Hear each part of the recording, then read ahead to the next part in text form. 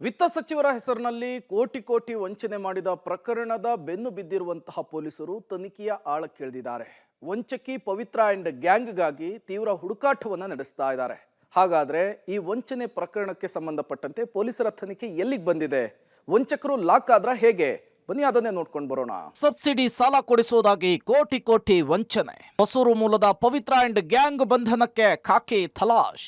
ಹೊಸೂರಿನ ನಿವಾಸದಿಂದ ಪರಾರಿಯಾಗಿರುವ ಪವಿತ್ರ ಹಾಗೂ ಗ್ಯಾಂಗ್. ಕೇಂದ್ರ ವಿತ್ತ ಸಚಿವೆ ನಿರ್ಮಲಾ ಸೀತಾರಾಮನ್ ಹೆಸರಿನಲ್ಲಿ ನಕಲಿ ದಾಖಲೆಗಳನ್ನು ಸೃಷ್ಟಿಸಿ 17 ಕೋಟಿ ಹಣ ಟ್ರಸ್ಟ್ಗೆ ನೀಡಿದ್ದಾರೆ. ಹಾಗೂ ಅಮೆರಿಕಾದಿಂದಲೂ ಟ್ರಸ್ಟ್ಗೆ ಹಣ ಬಂದಿದೆ.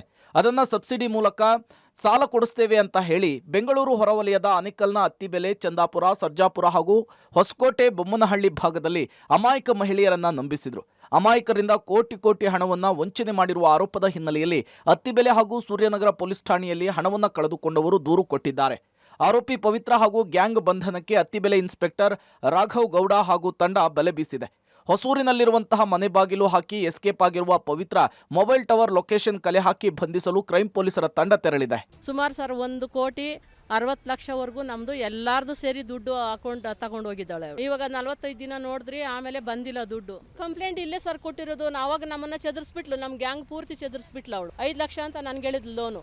ಇವ್ರಿಗೆ 10 ಲಕ್ಷ ಬರೋದು, ಸುಳ್ಳು ಹೇಳ್ತಾ ಇದ್ದಾಳೆ. ನೀವು ಅವ್ರ ಹತ್ರ ದುಡ್ಡು ಕಟ್ಟಿರೋದು ಬಿಟ್ಬಿಡ್ರಿ, ನೀವು ಸಪರೇಟ್ ಕಟ್ರಿ ಅಂತ ಎಲ್ಲರ ಹತ್ರ ಡಿವೈಡ್ ಮಾಡಿ ಹಾಕ್ಸ್ಕೊಂಡ್ಲು. ಮತ್ತೆ ಸಾವಿರಾರು ಸಂಖ್ಯೆಯಲ್ಲಿ ಜನ ಹಣವನ್ನ ಕಳೆದುಕೊಂಡಿದ್ದಾರೆ. ಆರೋಪಿಗಳ ಬಂಧನದ ಬಳಿಕ ಹಣ ಹೇಗೆ ವಾಪಸ್ ಪಡಿಬೇಕು ಅನ್ನುವ ಬಗ್ಗೆ ಪೊಲೀಸರು ಚಿಂತನೆ ನಡೆಸಿದ್ದಾರೆ.